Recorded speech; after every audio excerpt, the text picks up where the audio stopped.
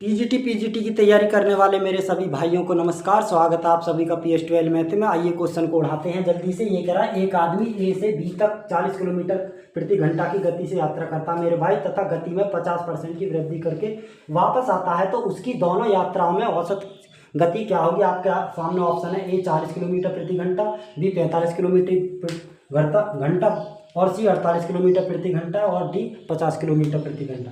तो आइए मेरे भाई इसको करते हैं। मान लेंगे मानव चाल, प्रारंभिक चाल मान ली मैंने आपकी 40 किलो v1 मान ली, जो देख के आपकी 40 किलोमीटर प्रति घंटा, और इसमें क्या रहा उसी गति से, मतलब उसकी दोनों यात्राओं में। तो दूसरी चाल हमने मान ली मेरे भाई, दूसरी चाल मैंने v2 मान ली, तो v2 निकलेगी 40 प्लस 40 का और 40 इसका भी 50% मेरे भाई 50%। इसको मैं सॉल्व कर दूँ, 40 प्लस के 40 गुणा 50 और इसका भी प्रतिशत हटाएंगे तो 100 आ जाएगा, 0 से 0 कैंसिल मेरे भाई। 5 चौक 20, 20 में 60, 20 में 40 जोड़ेंगे तो 60 किलोमीटर प्रति घंटा आ जाएगा। इसी प्रकार औसत चाल, यहाँ से हम एक फॉर्मूला लाते हैं निकाल कर। औसत चाल या औसत गति मेरे भाई फॉर्मूला होता है 2v1 बटे v1 प्लस का v2 मेरे भाई। यदि मैं इसको सॉल्व करूँ तो 2 गुणा v1 की वैल्यू क्या है, v1 की वैल्यू आपकी दे रखी है 40 और v2 की वैल्यू आपकी 60 है, और बटे में v1 प्लस v2, यदि 40 और 60 को जोड़ूँ तो 100 आ जाएगा। इसे सॉल्व करूँ तो 48 किलोमीटर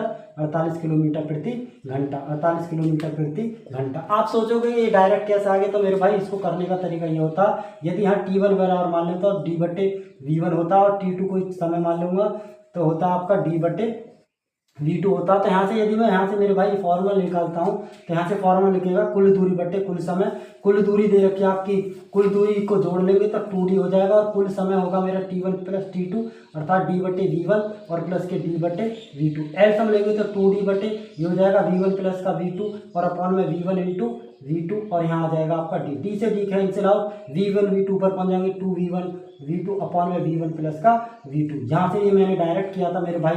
तो कैसी लगा आपका क्वेश्चन, मिलते नेक्स्ट वीडियो में, जब तक के लिए सभी दोस्तों को नमस्कार।